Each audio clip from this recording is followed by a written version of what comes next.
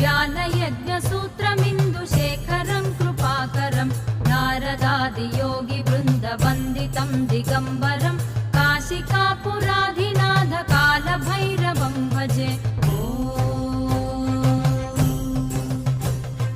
भानुकोटिभास्वरं भवाब्धितारकं परं नीलकण्ठमीप्सितार्थदायकं त्रिलोचनं कालकालमम्बुजाक्षमक्षशूलमक्षरं काशिकापुराधिनाथ कालभैरवं भजे।